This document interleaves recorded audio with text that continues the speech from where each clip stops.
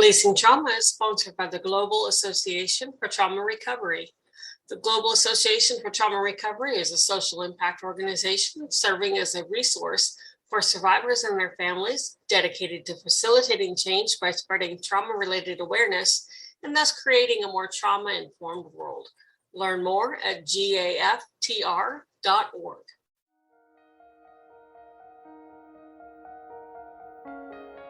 Welcome to Releasing Trauma, a Survivor's Podcast. I am your host, Tracy Osborne. I am a survivor of emotional bullying, rape, sexual assault, domestic abuse, and grief. After losing my husband in 2019, I set off on a new adventure to help other women release their trauma and create a life they can cherish. Each week, I will feature a guest expert or a survivor to share their stories, tips, wisdom, and more. The goal is so that you can take away even just the smallest nugget of information you can use in your life right now to make a change, and to remind you that you're not alone. There is life after trauma, and you can move from victim to thriver and create a life you can cherish.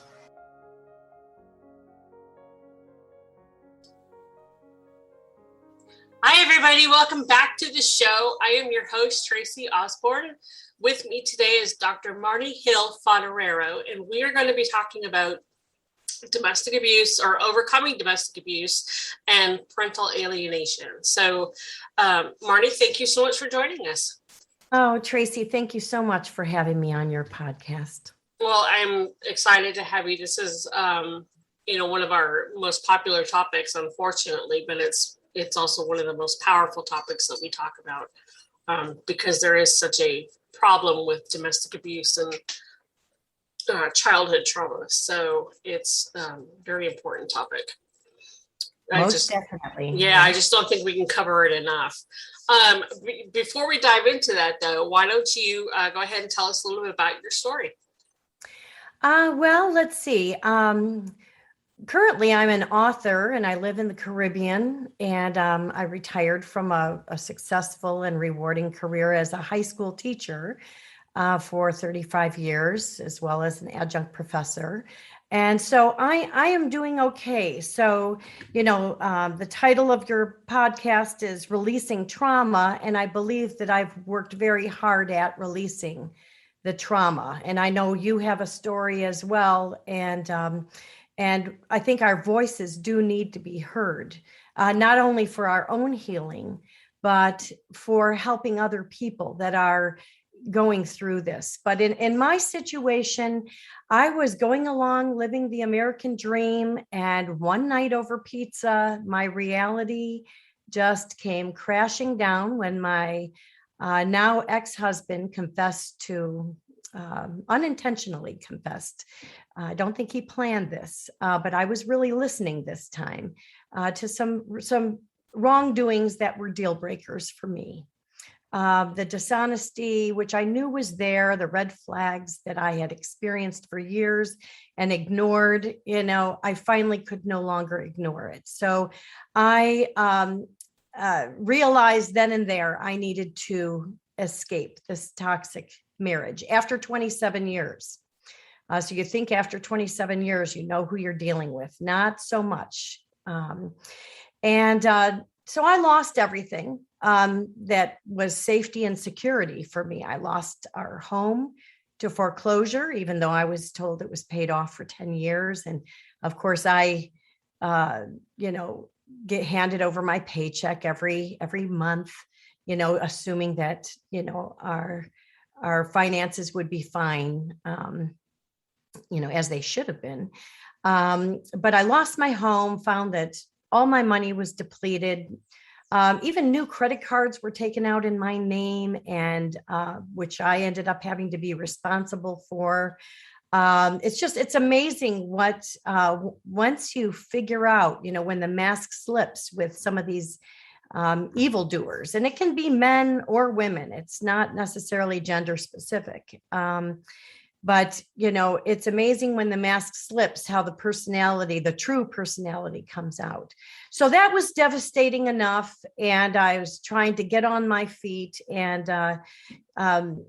trying to continue to be a good role model for my adult children. But then it wasn't too much longer that I lost one of my children to parental alienation, which I know you've covered in some of your podcasts, and recently lost the other child to parental alienation. It's just mind-boggling how the abusers are able to, through half-truths, outright lies, gaslighting,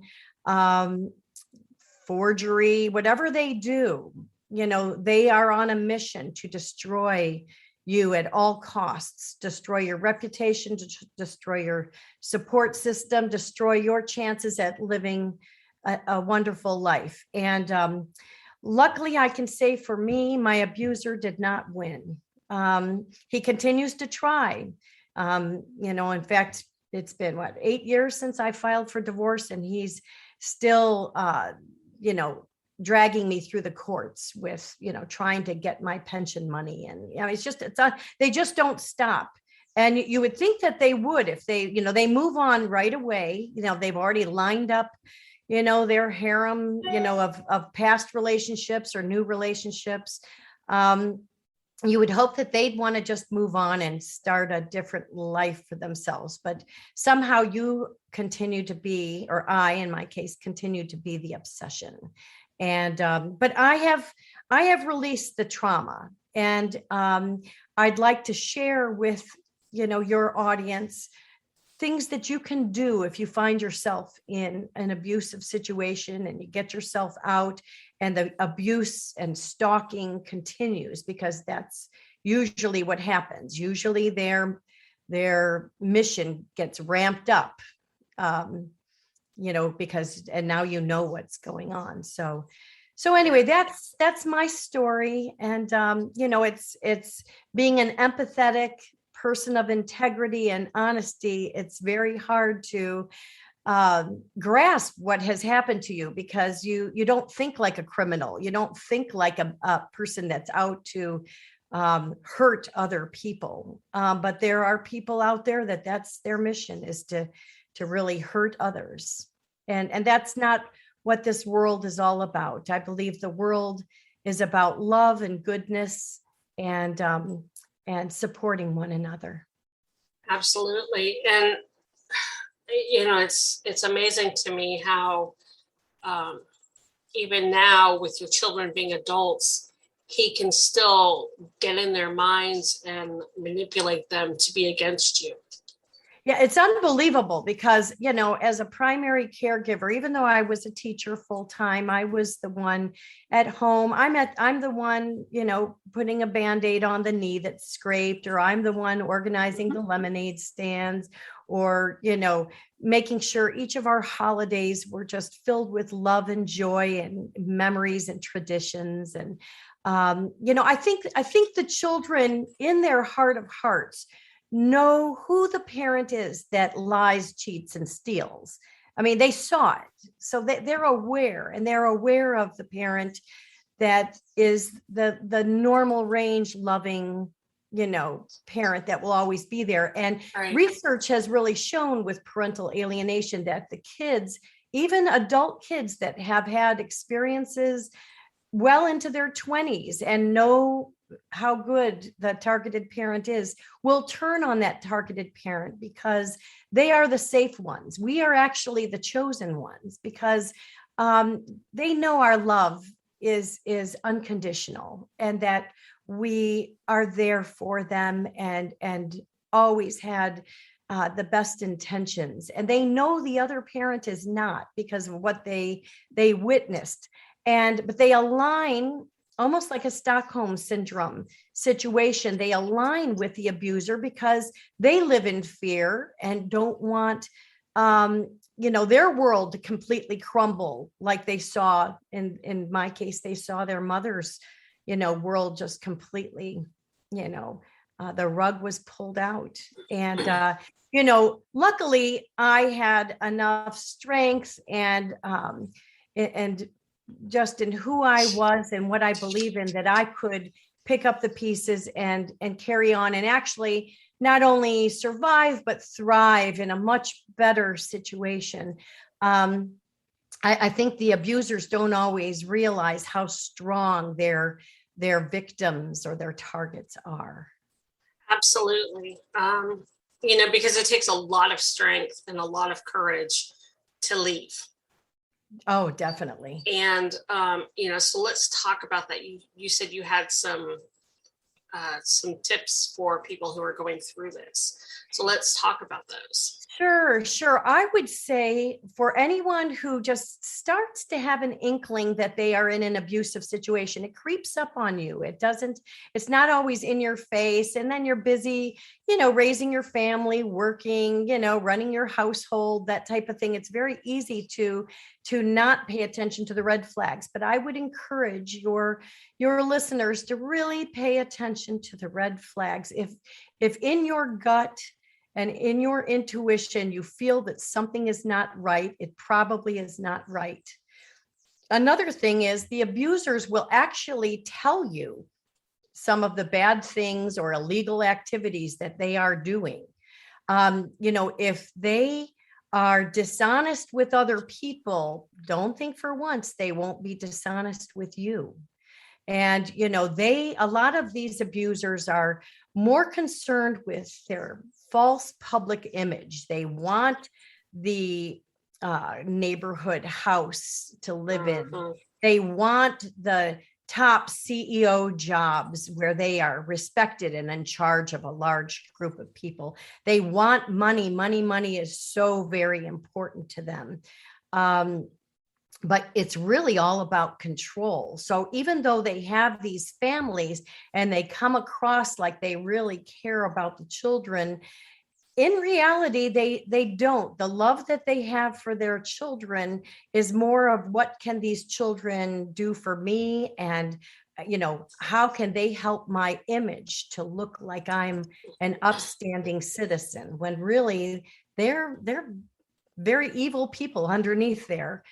With very malevolent goals. So I would say to your listeners, really follow your gut intuition. If you feel that something's not right, or if they flat out tell you exactly what they're doing, listen and realize, you might be in the middle of something, and getting out is not as easy as people think. In fact, there are books on how to strategize your escape.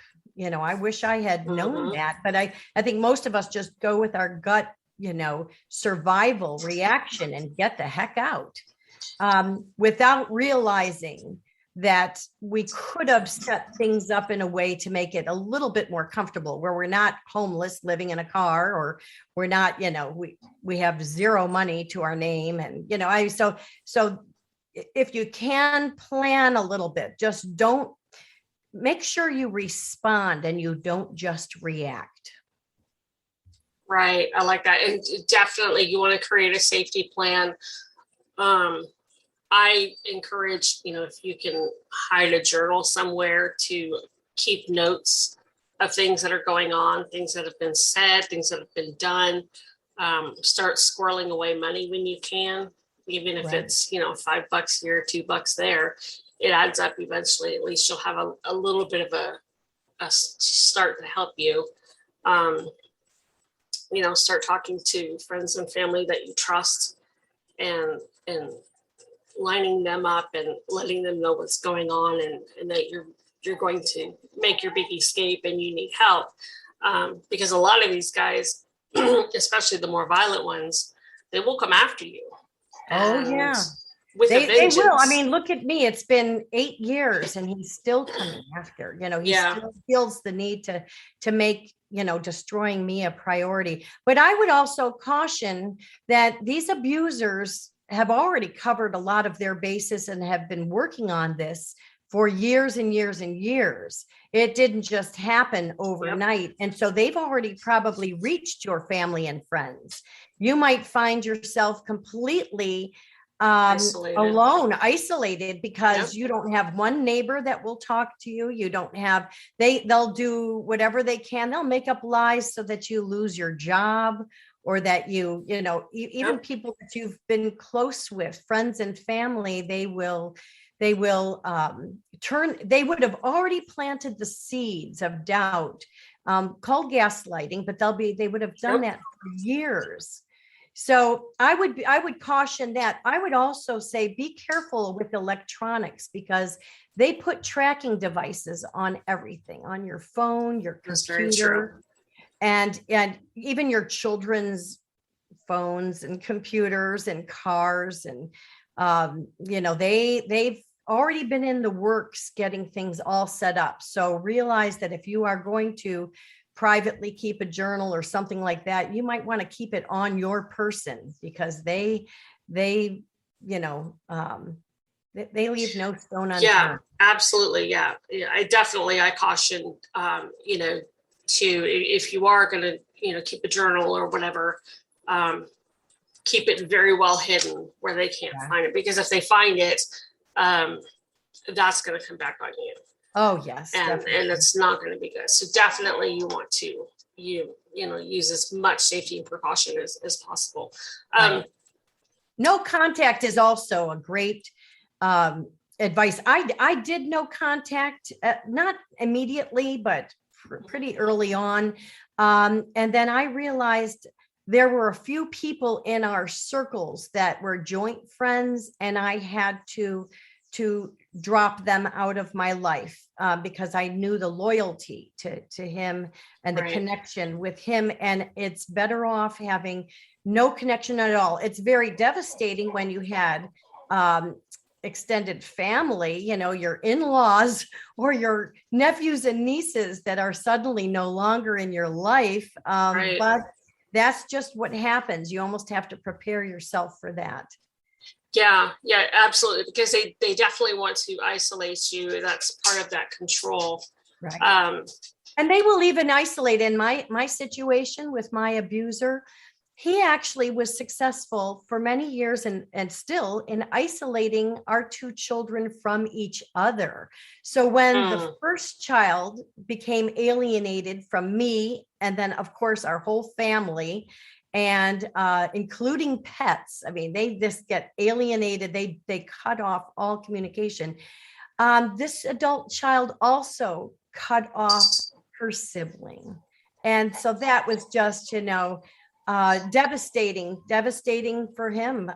It's very sad. He's isolated and targeted himself and controlled, but doesn't want to let go because of the money ties or whatever, the false beliefs that somehow the abusers are able to they're able to convince lawyers, judges, their own children. They're able to convince everyone of outright lies. And it's, you've got to get past the shock of it all and realize, there are bad people in the world, and, you can only control yourself.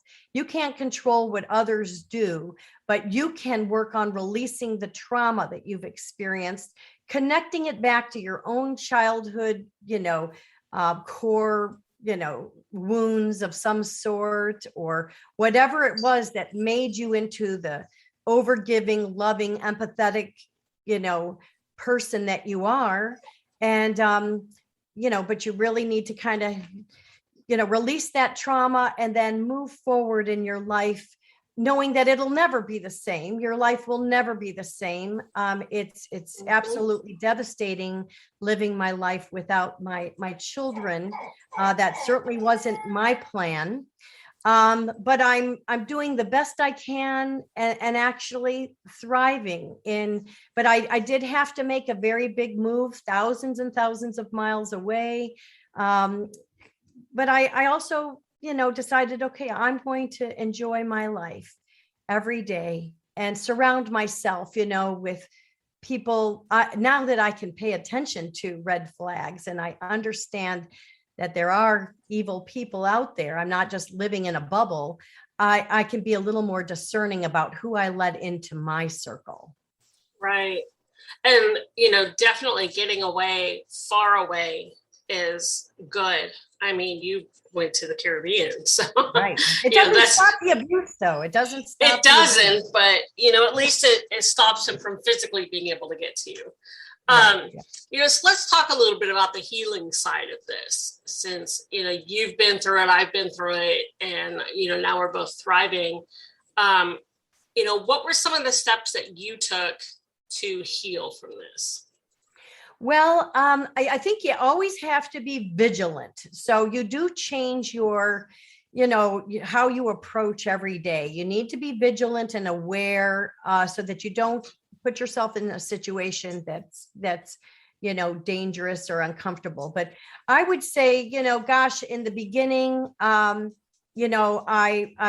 especially like with parental alienation, I reached out to my daughter as much as I could with loving notes and birthday cards and Christmas gifts and just everyday communications like, hey, it's a beautiful day, just trying to keep it light and that kind of thing. Well, that did not work with how brainwashed this child was. And when legally I was forced, because the abusers want to use legal threats whenever they can, legally I was forced that I wasn't able to communicate with her. So I did the best that I could and reached out the best that I could to provide stability for my children and let them know they were loved. And then you need to kind of turn to yourself and take care of yourself. I ended up having to work many jobs in addition to my full-time teaching job, just to make ends meet. I ended up having a garage sale. Also because I had to move out of our beautiful home, and I ended up writing a book called God Came to My Garage Sale. And it's a spiritual fiction that's actually been pretty well received. It was endorsed by James Redfield, who wrote the Celestine Prophecy. Back then with my writing, I was too afraid. The fear is huge when you are in an abusive situation to write a true story of my survivor story.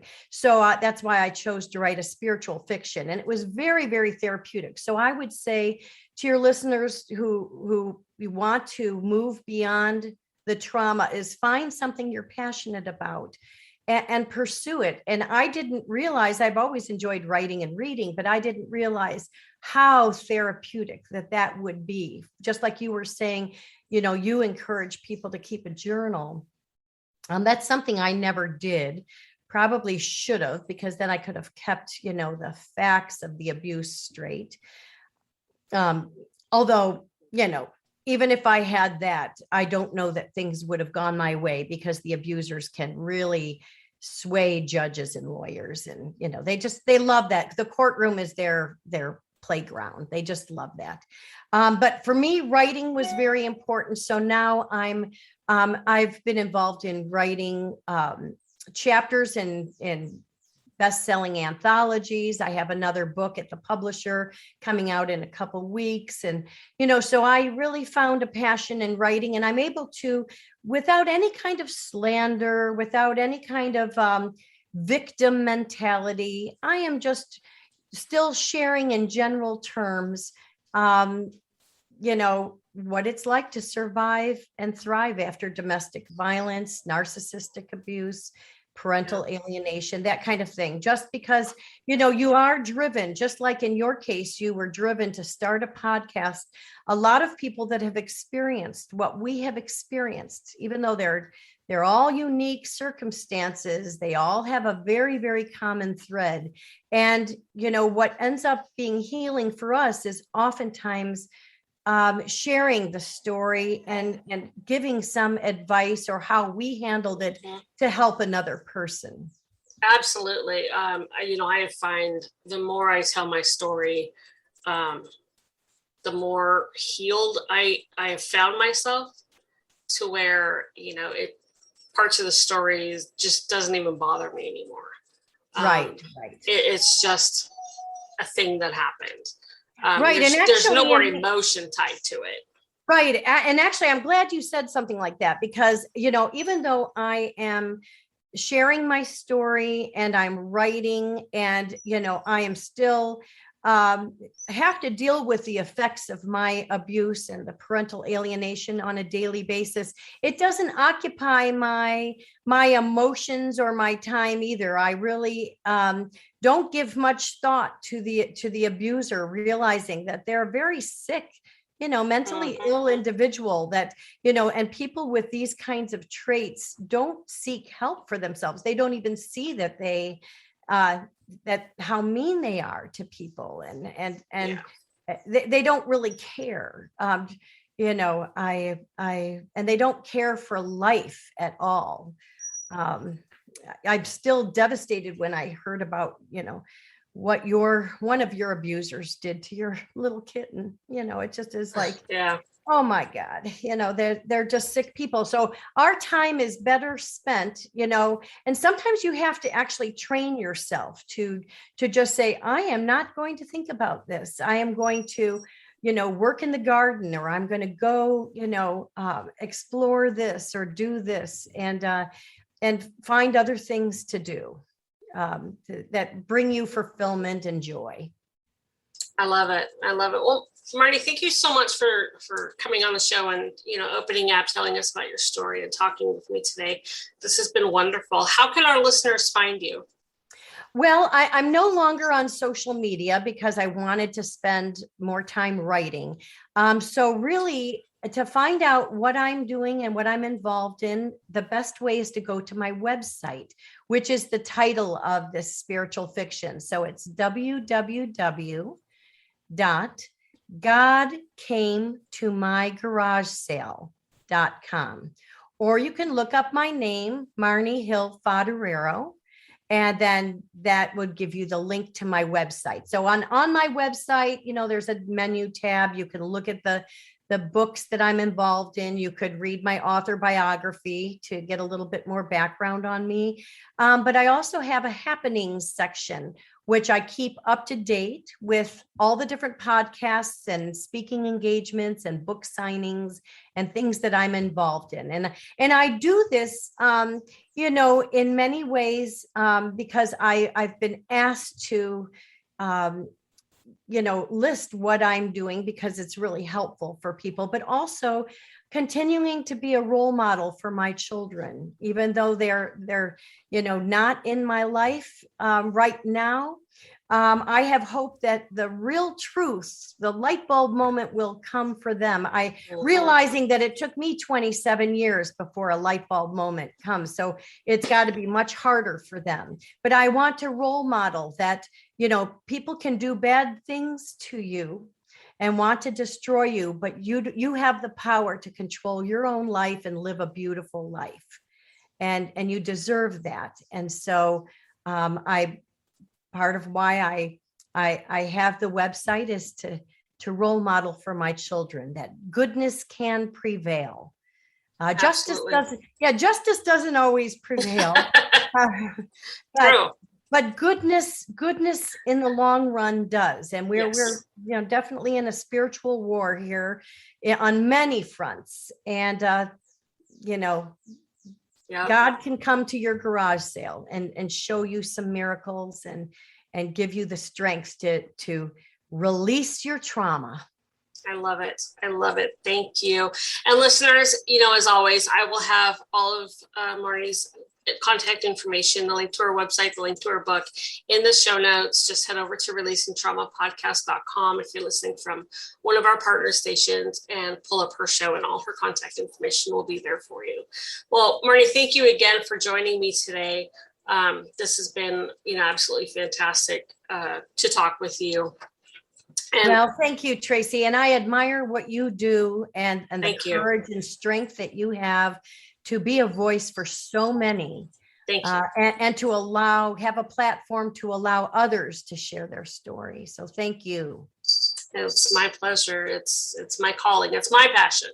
It's one of the things that helps me to heal. So listeners, as always, thank you so much for tuning in, and we'll talk to you in the next show.